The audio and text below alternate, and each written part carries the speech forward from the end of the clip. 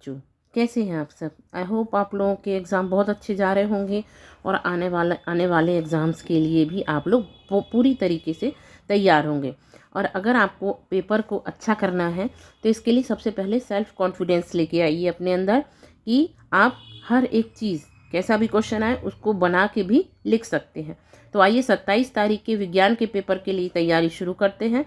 ये आज मैं 5वें पार्ट से आपको कुछ क्वेश्चन दे रही हूँ। इसमें बहुत इंपॉर्टेंट क्वेश्चन है और ये आपको लगभग आधे से ज़्यादा आपके पेपर में देखने के लिए मिलेंगे। पहला प्रश्न है, यकृत या लिवर के कार्य बताइए। तो यकृत हमारे शरीर की सबसे बड़ी ग्रंथि है, ये आपको लिखना है और इसके कार्य लिखने हैं। ये बाइल जूस बनाता है।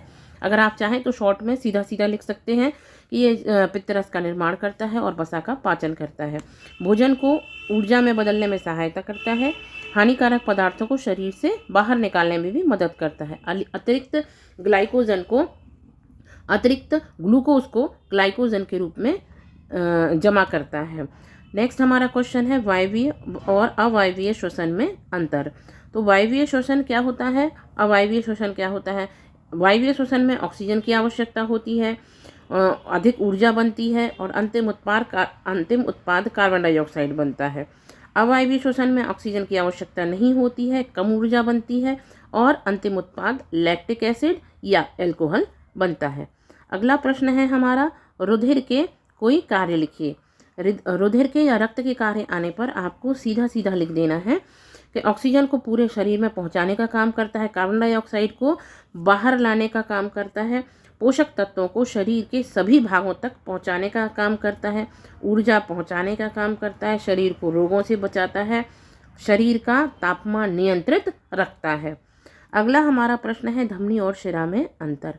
धमनी और शिरा में अंतर के लिए लिखेंगे, धमनी और शिरा हृदय से रक्त बाहर ले जाती है और रक्त तेज गति से बहता है।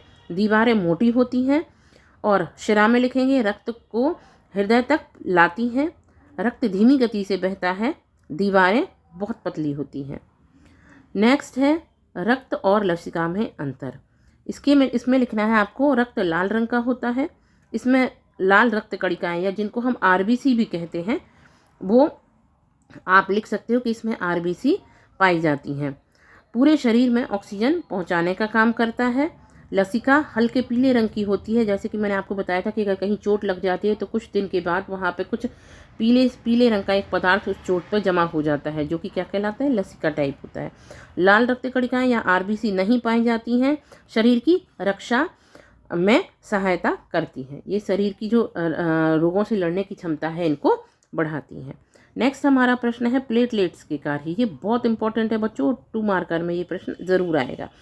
प्लेटलेट्स के कार्य हैं, रक्त का थक्का बनाना, उसमें मदद करना, चोट लगे स्थान पर रक्त के स्राव को रोकना। जैसे कभी कभी आपने देखा होगा, जब कहीं चोट लग जाती है तो वहाँ से ब्लड निकलने लगता है और कुछ समय पश्चात हम देखते हैं तो धीरे धीरे करके वहाँ पे एक हल्का गुलाबी रंग का एक पतली सी पॉलीथीन जैसी एक परत जमा हो जाती है। उसके बाद रक्त का बहना बंद हो जाता है। तो ये प्लेटलेट्स के कार्य हैं। इसके बाद है, मानव हृदय का कार्य, पूरे शरीर में रक्त को पंप करना, शुद्ध और अशुद्ध रक्त को अलग अलग रखना। और इसका आप चाहें तो अगर ये ज़्यादा मार्क्स में आता है तो इसका डायग्राम भी आप दे सकते हैं। नेक्स्ट हमारा है, जाइलम और फ्लोएम में अंतर। तो जाइलम जड़ों से पानी को ऊपर तक ले जाता है और फ्लोएम पत्तियों से बने हुए भोजन को पौधे के पूरे शरीर में जड़ तक ले जाने का काम करता है और पूरे शरीर में भेजने का काम भी यही करता है। इसके बाद है आपके रक्त के कार्य।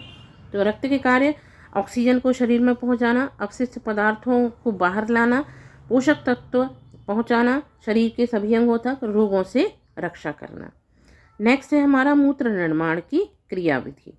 मूत्र निर्माण की क्रियाविधि में हम लिखेंगे, मूत्र निर्माण किडनी या वृक्क में होता है। वृक्क को ही किडनी कहा जाता है। तो यहाँ पे पूरी यूरिन के निर्माण की क्रिया होती है। यह 3 अवस्थाओं में होती है, या आप ये भी लिख सकते हैं कि यह 3 अभिक्रियाओं के अंतर्गत यह पूरी मूत्र निर्माण की क्रिया होती है। पहला है फिल्ट्रेशन, रक्त से गंदे पदार्थों को अलग कर देता है। दूसरा है पुनः अवशोषण या रीएब्जॉर्प्शन, आवश्यक पदार्थ वापस लिए जाते हैं। और तीसरा है सिक्रीशन या श्रावण, तो अतिरिक्त गंदे पदार्थ को मूत्र में मिलते हैं और उनको बाहर किया जाता है। अंत में यूरिन जो है मूत्राशय में जाकर जमा होकर वहाँ से बाहर निकाल दी जाती है। तो ये बच्चों मैंने आपको 10 प्रश्न, लगभग बहुत आईएमपी, जिसमें से आप ये मान के चलिए कि आपके 8 प्रश्न ज़रूर आपको आपके फाइनल एग्ज़ाम्स में देखने के लिए मिलेंगे। तो आप कहीं ना कहीं इनको आप नोट कर लें, या आप चाहें नोट करने का क्योंकि समय नहीं है तो आप इस वीडियो से अपना रिवीज़न कर सकते हैं। अगर आप चाहें तो कुछ बच्चे ऐसे हैं जो कि अभी अभी इस चैनल से जुड़े हुए हैं, तो वो नोट्स भी तैयार कर सकते हैं। आपको आपके पेपर के लिए मेरी तरफ से और इस चैनल की तरफ से ऑल द बेस्ट बच्चों।